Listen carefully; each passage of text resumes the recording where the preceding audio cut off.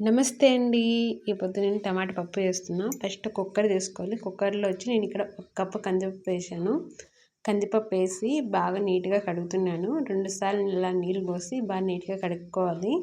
కడిగేసినాక ఇక నేను ఒక 5 టమాటాలు, కొద్దిగా పచ్చిమిరపకాయలు, కొద్దిగా పుదీనా, ఒక ఎర్రగడ్డ వేస్తున్నాను. కారం పట్టించి పచ్చిమిరపకాయలు వేసుకోవాలి. ఇక్కడ టమాటా పప్పు కాబట్టి నేను టమాటాలన్నీ కాస్త ఎక్కువ వేసాను. ఒక 5 దాకా వేసాను. ఇప్పుడు కొద్దిగా చింతపండు, ఒక నిమ్మకాయ సైజుమైన చింతపండు వేసాను. ఇప్పుడు పప్పు మునిగేమైన నీళ్ళు పోసుకోవాలి. పప్పు మునిగేమైన నీళ్ళు పోసేసినాక అంటే నేను మొత్తం ఇక్కడ 1 లీటర్ వాటర్ పోసాను. మన రుచి సరిపోయిన ఉప్పు వేసుకోవాలి. కొద్దిగా తక్కువ వేసుకుని ఇబ్బంది లేదు. పావు స్పూన్ పసుపు వేసుకోవాలి. 1 స్పూన్ ధనియాల పొడి, 1 స్పూన్ జీలకర్ర. ఇప్పుడు కొద్దిగా ఆయిల్ వేసుకోవాలి. ఆయిల్ వేయడం వల్ల మనకు విజిల్ వచ్చినప్పుడు ఆ వాటర్ అనేది బయటికి రాకుండా ఉంటుంది. ఇప్పుడు మూత పెట్టేసుకొని గ్యాస్ ఆన్ చేసుకోవాలి.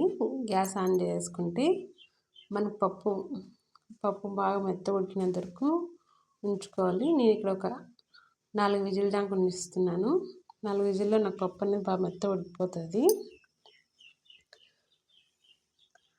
ఆవిరంతా పోయినంత వరకు కుక్కర్ మూత అనేది ఓపెన్ చేయకూడదు. మొత్తం ఆవిరంతా పోయినాక కుక్కర్ మూత ఓపెన్ చేసుకొని పప్పు గుత్తి తీసుకొని పప్పు గుత్తితో బాగా నలిపేసుకోవాలి. పప్పుని బాగా రుద్దేసినాక ఇప్పుడు మనం పోపు తయారు చేసుకున్నాం. తర్వాతకి ఫస్ట్ గ్యాస్ ఆన్ చేసుకొని ఓ పెనం పెట్టేసుకొని దాంట్లో కొద్దిగా నూనె వేసుకున్నాను.